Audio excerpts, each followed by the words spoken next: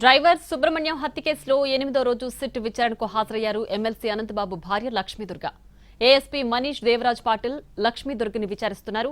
High court ఆదేశాల మేరకు ఈ నెల 29 వరకు విచారణ కొనసాగనుంది. అడ్వకేట్ సమక్షంలో ఆమెను విచారణ చేస్తున్నారు. మరింత సమాచారాన్ని మా ప్రతినిధి సాయి సుధీర్ అందిస్తారు. డ్రైవర్ సుబ్రహ్మణ్యం హత్య కేసులో ఎమ్మెల్సీ అనంతబాబు భార్య లక్ష్మీదుర్గ 8వ రోజు సిట్ విచారణకు హాజరయ్యారు. ఈ కేసుకు సంబంధించి ఈ నెల 16 నుంచి 29 వరకు సిట్ విచారణకు హాజరు కావాలని హైకోర్టు సూచించింది.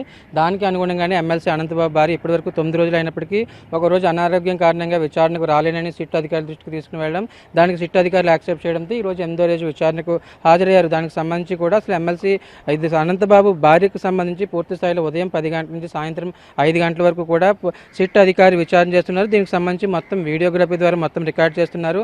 అనంతబాబు భార్య లక్ష్మీదుర్గ సిట్ అధికారులకు ఎటువంటి సమాధానం ఇచ్చారు ఏంటంటే పూర్తి స్థాయిలో వీడియో రికార్డింగ్ చేస్తున్నారు. మరొక వైపు 2 ఎస్ఐలు పూర్తి స్థాయిలో ఆమె స్టేట్మెంట్ కూడా రికార్డ్ చేస్తున్నారు. దీనికి సంబంధించి కూడా 2022 మేలో డ్రైవర్ సుబ్రహ్మణ్యం హత్య జరిగింది. ఆ కేసుకు సంబంధించి అప్పట్లో ఎమ్మెల్సీ అనంతబాబు ఒక్కరే హత్య చేశారని అప్పట్లో పోలీసులు క్లారిటీ ఇచ్చారు. దానికి సంబంధించి అనంతబాబు కూడా రాజమండ్రి సెంట్రల్ జైల్లో కొద్ది రోజుల పాటు జైల్లో ఉండి ఆ తర్వాత బెయిల్పై విడుదలయ్యారు. ఈ కేసుకు సంబంధించి కూడా ప్రస్తుతానికి ప్రభుత్వం మారిన తర్వాత సిట్ ఏర్పాటు చేయడం, అదేవిధంగా సిట్కి సంబంధించి పూర్తి స్థాయిలో విచారణ చేసి రాజమండ్రి ఎస్సీ ఎస్టీ కోర్టులో అడిషనల్ ఛార్జ్ షీట్ దాఖలు చేసింది. ఛార్జ్ షీట్లో A2గా ఎమ్మెల్సీ అనంతబాబు భార్య లక్ష్మీదుర్గను ఉంచింది. దానికి సంబంధించి హైకోర్టు ఈ నెల 16 నుంచి 29 వరకు సిట్ అధికారి ముందు విచారణకు హాజరు కావాలి. మరొకవైపు 30న ఈ నెల 30వ తేదీన రాజమండ్రి ఎస్సీ ఎస్టీ కోర్టులో హాజరు కావాలని చాలా స్పష్టంగా చెప్పింది. దానికి అనుగుణంగానే ప్రస్తుతానికి అయితే విచారణ జరుగుతుంది. అంటే ఈ కేసుకు సంబంధించి ప్రస్తుతానికి టెక్నికల్గా కావచ్చు, అదేవిధంగా ఫోరెన్సిక్గా పూర్తి స్థాయిలో సిట్ అధికారులు ఆధారాలు సేకరించారు. దానికి సంబంధించి అడిషనల్ ఛార్జ్ షీట్లో కోర్టు ముందు ప్రవేశపెట్టారు.